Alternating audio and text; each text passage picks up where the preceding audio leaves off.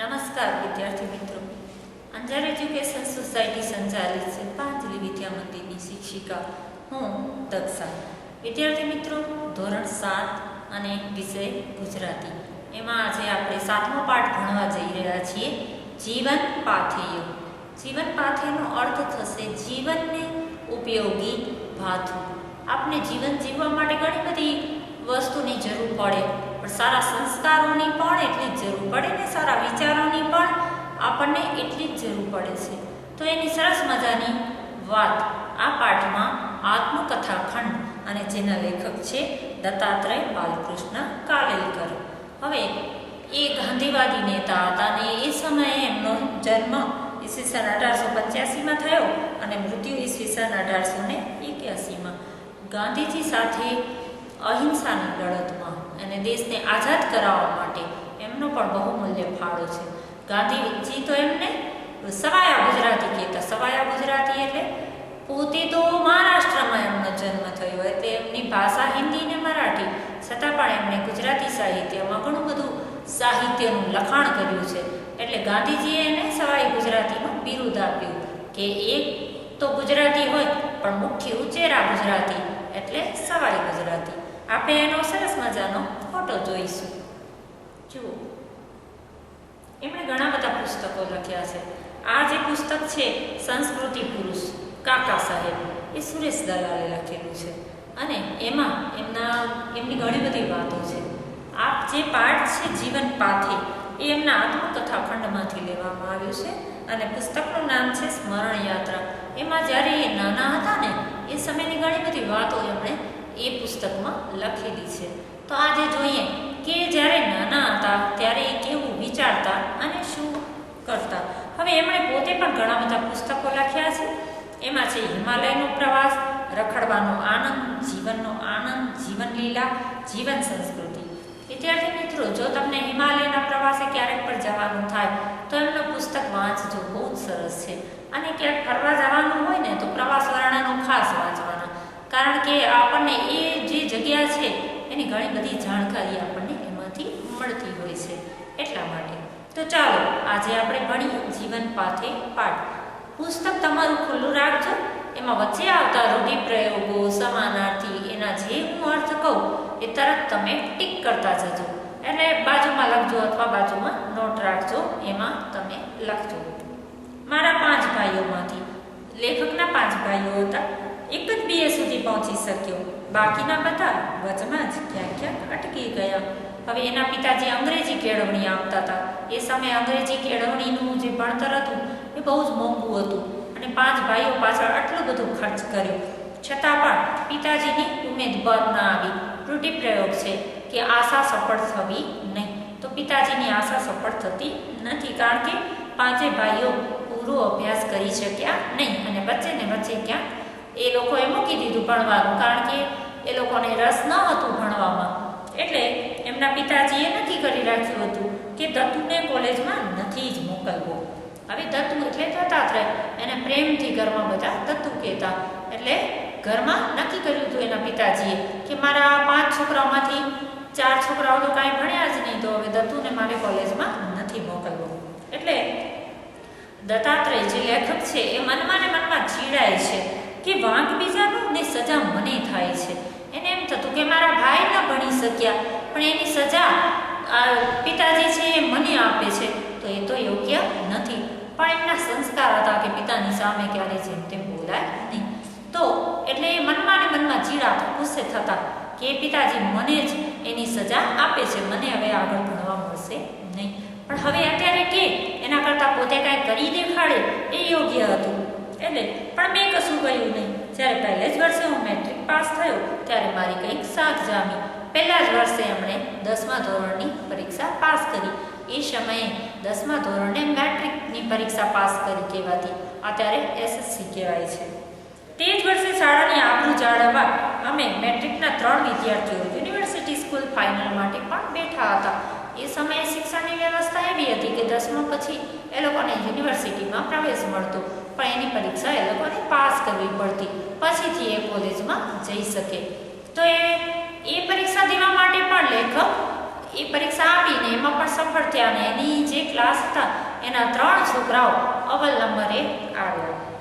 મારો ઠીક ઊંચો નંબર આવ્યો. એ પરીક્ષાને જોઈને મેં કોલેજમાં જવાની રજા માંગી. હવે એમને એમ થયું કે મેં તો આટલું બધું કરી દેખાડ્યું, એટલે એમણે પિતાજીને કહ્યું કે મને ભણવા માટે રજા આપો, મારે કોલેજ કરવી છે, મારે આગળ ભણવું છે. પિતાશ્રી 1 ના 2 ન થયા. રૂઢિપ્રયોગ છે, 1 ના 2 ન થવું એટલે જિદ્દી વલણ કરવું અને માનવું નહીં. હવે આખરે મેં એમને કહ્યું, તમે જાણો છો કે મારું અંગ્રેજી અને ગણિત બંને સારા છે, મને ઇજનેરી લાઈનમાં જવા દો. એમને એન્જિનિયર બનવું હતું, એટલે એમણે પિતાજીને કહ્યું કે મને ઇજનેરી લાઈનમાં જવા દો. પ્રીવિયસની પરીક્ષા પાસ થયા વગર એન્જિનિયર કોલેજમાં જવાય જ નહીં. એના માટે પ્રથમ પ્રવેશ પરીક્ષા પાસ કરવી પડે તો જ એન્જિનિયર લાઈનમાં જવાય. પણ એને હજી પ્રવેશ પરીક્ષા પાસ કરે એને 1 વર્ષની વાર હતી. એટલે હું આર્ટ્સ કોલેજમાં જઈશ. એટલે લેખકે બધું વિચારી રાખ્યું હતું કે એન્જિનિયર બનવાની પ્રીવિયસ પરીક્ષાની તૈયારી કરીશ અને પરીક્ષા આપીશ અને 1 વર્ષ નીકળી જશે. ત્યાં સુધી મેં 10મા પછી જે યુનિવર્સિટીની પરીક્ષા પાસ કરી છે તો હું 1 વર્ષ BA નો અભ્યાસ કરીશ.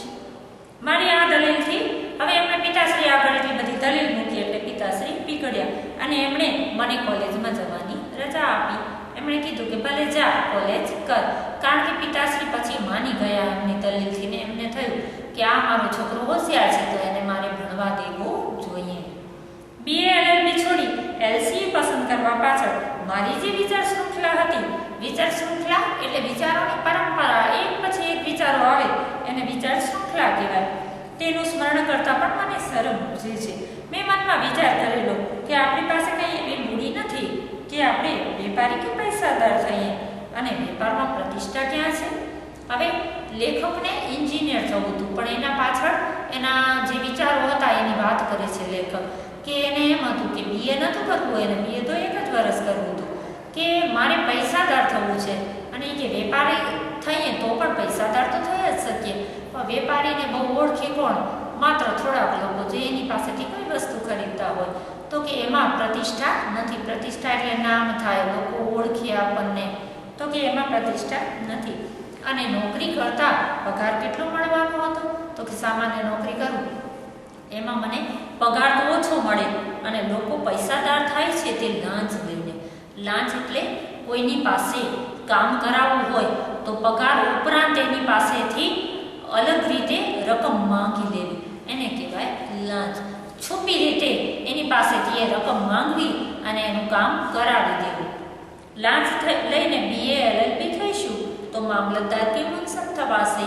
એ કે જો હું BA કરી લઈશ કે LLB એટલે વકીલાતનો અભ્યાસક્રમ એમાં હોય તો કે તો હું મામલતદાર થઈશ અને મુનસફ એટલે ન્યાયાધીશ ને મામલતદાર એટલે જે કામ કરતા હોય ને ગામડામાં વસૂલાત સંબંધી જે કામ કરતા હોય અને આખા તાલુકાનું એની પાસે કામ હોય એ મામલતદાર કહેવાય. એ લાઈનમાં લાંચ ખૂબ મળે છે. હવે એ મામલતદાર થાય એ તાલુકા સંબંધી કામ કરે બધું વસૂલાતનું, તો કે જો હું મામલતદાર થાઉં તો પણ મને વધારે લાંચ મળે અને ન્યાયાધીશ થાઈશ તો પણ મને વધારે લાંચ મળશે. પણ એ કે મારે એ લાઈનમાં જવું નથી, કારણ કે એમાં પ્રજાને છેતરવી પડે. ડાયરેક્ટ આપણો કોન્ટેક્ટ પ્રજા સાથે હોય એટલે લોકો પાસેથી લાંચ લેવી પડે. તો કે મારે પ્રજાને કનડવી પડે. કનડવી એટલે હેરાન કરવી પડે અને પ્રજાને અન્યાય થાય એ આપણને ગમે નહીં. એના કરતાં LCA એટલે એન્જિનિયર થઈશું અને પહેલા 3માં નંબર લાવીશું તો સરકારી નોકરી મળી જશે અને મોટા મોટા આલિશાન મકાનો બાંધવા, જંગલમાંથી રસ્તા કાઢવા, પુલો બાંધવા એ મજા તો આખું જન્મારું મળશે. તો કે અમે ફરવાના તો શોખીન હતા અને પ્રવાસ વર્ણનો તો એમણે કેટલા બધા લખ્યા છે.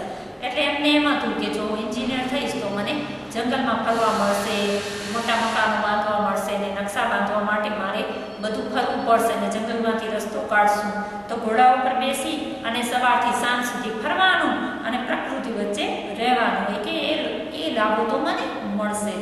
અને પાછું એ કે રૂપિયા પણ મળશે. કોની પાસેથી મળશે? તો કે કોન્ટ્રાક્ટરો પાસેથી મળશે.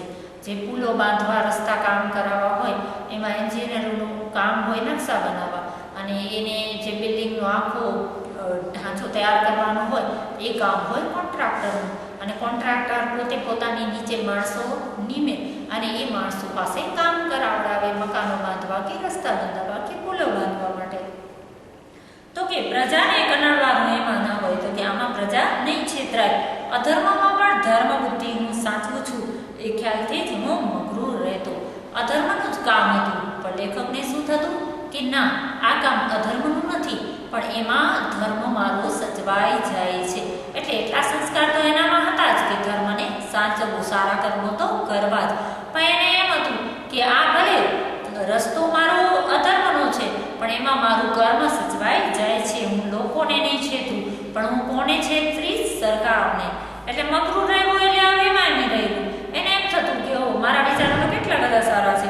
આ વિચાર એને અનેકવાર મનમાં આવતા, પણ એ કોઈ દિવસ કોઈને પોતાના વિચાર કહ્યા હતા નહીં. જો કહી દીધા હોત તો કોઈ પણ એને સલાહ આપત કે આ વિચારો તારા યોગ્ય નથી, પણ એણે આજ દિવસ સુધી કોઈને પોતાના વિચારો કીધા જ ન હતા અને હિંમત પણ નહોતી થઈ. હવે જે દિવસે એને કોલેજમાં BA કરવા માટે 1 વર્ષ જ જતા હતા તો જવાનું હતું, તો એ પોતે સાંગલી રાજ્યના એના પિતાજી છે એ ટ્રેઝરી ઓફિસર છે. એટલે ટ્રેઝરી ઓફિસર તરીકે 3 લાખ રૂપિયા લઈ અને ક્યાં જતા હતા? પુણે લઈ જવાના હતા એ સમયે એને, બરોબર. હવે પોતે પણ જતા હતા અને એના પિતાજી પણ સાંગલી રાજ્યના ટ્રેઝરી ઓફિસર. ટ્રેઝરી એટલે નાણાકીય વ્યવહારનું જે કામ કરતા હોય એના જે ઓફિસર હોય એને ટ્રેઝરી ઓફિસર કહેવાય. તો એ પણ પ્રોમિસરી નોટો ખરીદવાની હતી, એટલે સાંગલી સ્ટેશને બંને ભેગા થઈ ગયા. લેખક પણ BA ભણવા જઈ રહ્યા હતા અને એના પિતાજી છે એ રાજ્યના કામ માટે જતા હતા. તો પિતાશ્રી પુણે શા માટે જાય છે એનું કારણ જાણે. બંને ભેગા થયા, વાતચીત થઈ, એટલે એણે પિતાજીને કીધું કે તમે શું કરવા જાઓ છો પુણે? એટલે એના પિતાજીએ કીધું કે પ્રોમિસરી નોટો ખરીદવા જાઉં છું. પ્રોમિસરી નોટો એટલે રાજ્ય સરકાર હોય ને એ લોકો પાસેથી રૂપિયા લે કોઈ કામ માટે, પછી એના માટે એ જે રૂપિયા લીધા હોય ને એના માટે બાંયધરી પત્ર લખી આપે, એને કહેવાય પ્રોમિસરી નોટ. કે અમે તમારી પાસેથી આટલા રૂપિયા લીધા છે, જ્યારે સમય આવશે ત્યારે અમે તમને આટલા રૂપિયા ચૂકવીશું, એને કહેવાય એ બાંયધરી પત્ર. એની પ્રોમિસરી નોટો હોય એ લેવા માટે જતા હતા. હવે એ સમયે એવું હતું કે એ જે નોટ હોય ને એના ભાવ રોજ બદલાય, એટલે લોકોને ખબર જ ન હોય કે આ નોટની ખરેખર સાચી કિંમત શું છે. દિવસ ઉગે ને એના ભાવ બદલાઈ જાય. આપણે કંઈક મહેનત કરીશું તો જાહેર ભાવો કરતાં કંઈક સસ્તા ભાવે નોટો ખરીદી કરી શકીશું. હવે ઘરમાં બધાને ખબર હતી કે આના ભાવ રોજ બદલાય છે, એટલે લેખકે પિતાશ્રીને સલાહ આપી કે આના ભાવ રોજ બદલાય છે, તમે એક કામ કરજો, ત્યાં કને કે કોશિશ કરજો કે એ તમને સસ્તા નોટો આપે અને રાજ્યને તમે બજાર ભાવે જ બતાવજો, એટલે જે વચ્ચે નફો થશે એ આપણને કામ આવશે. પિતાશ્રી મારી વાત શાંતિથી સાંભળી એમ મને લાગ્યું. મારી વાતથી એમને કેટલો આઘાત પહોંચાડ્યો હશે એનો તો મને ખ્યાલ જ ન આવ્યો. હવે લેખકને થયું કે પિતાશ્રી મારી વાત શાંતિથી સાંભળી છે અને એના ઉપર વિચાર કરી રહ્યા છે. જુઓ, પિતાશ્રી હજી કંઈ બોલતા નથી, એમણે પોતાની સલાહ પૂરી કરીને પિતાશ્રી સાંભળી લીધી. તો હવે પિતાશ્રી બોલે એની વચમાં લેખકે મનમાં એવું વિચાર્યું કે પિતાશ્રી મારી વાત ઉપર વિચારી રહ્યા છે. થોડી વાર પછી પિતાશ્રીએ ગડગડા થઈને કહ્યું. ગડગડા એટલે અત્યંત દુઃખી થઈને કહ્યું, દત્તુ, મેં માન્યું ન હતું કે તારામાં આવી હીનતા હશે. તારી વાતનો અર્થ એ જ છે કે મારે અન્નદાતાને છેતરવા. તારી કેળવણી પર ધૂળ છે. હવે પિતાશ્રીએ વિચાર કરી લીધો અને પોતાના પુત્રના વિચારો જાણીને એને બહુ દુઃખ થયો. એટલે દુઃખ સાથે એ બોલે છે કે દત્તુ, મેં માન્યું ન હતું કે તારામાં આવી હીનતા એટલે તારા વિચારો આટલી નીચી કક્ષાના હશે એની મને ખબર નહોતી. તારી કેળવણી પર તો એ કે ધૂળ છે. આપણા કુળદેવતાએ આપણે જે રોટલો આપ્યો ને એમાં સંતોષ માનવો અને આબરૂથી રહેવું એ જ મોટી વાત છે. એ કે ઇજ્જત છે તો બધું એ છે. પૈસો તો આજ છે ને કાલે નથી, પણ આપણી ઇજ્જત છે ને એની વાતો વર્ષ સુધી લોકો કરે કે ના, વ્યક્તિ ઈમાનદાર હતો. એટલે કહે છે કે ના, આબરૂથી રહેવું એ જ મોટી વાત છે. ભણીને ઈશ્વર આગળ ઊભો થઈશ ત્યારે એને શું જવાબ આપીશ? તું કોલેજમાં જાય છે એના કરતાં એક અહીંથી જ ઘરે પાછો ચાલ્યો જા. તું આટલું બધું સારું ભણીને શું કરીશ? આટલું સારું ભણ્યો તો પણ તું કે કાંઈ સારા સંસ્કારો શીખ્યો નથી. એટલે કે તું ત્યાં ભણીને પાછું આવું જ ખરાબ કામ કરવાનું, એના કરતાં તું અત્યારે જ ઘરે પાછો જાય, એમાં કંઈ ખોટું નથી. હવે આ સાંભળી અને લેખક તો સડક થઈ ગયા. એટલે ગાડીમાં આખી રાત એ સૂતા પણ એને ઊંઘ નથી આવતી. મેં આજે પિતાશ્રીને લાગણીને દુઃખવી, મેં પિતાશ્રીને બહુ દુઃખ પહોંચાડ્યું, એટલે એને ઊંઘ ના આવીને એને થયું કે મારા વિચારો પણ કેટલા ખરાબ છે લાંચ લેવાના. પિતાશ્રી આજે મને જે આ બોધ આપ્યો છે તો એના ઉપર એ વિચાર કરતા હતા, એટલે આખી રાત એમને નીંદર આવતી નથી.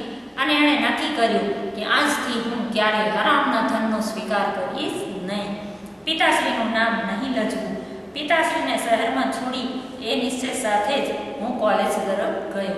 હવે બીજે દિવસે એણે કોલેજમાં પ્રવેશ કર્યો, પણ એ વિચાર સાથે કે હું જે પણ ભણીશ એમાં અને જે પણ હું આજીવિકા મેળવીશ આ મારા કેળવણીનું, તો એમાં ક્યારેય પણ હું કોઈની પાસે પણ હરામનું ધન નહીં લઉં અને હરામના ધનનો ઉપયોગ પણ નહીં કરું.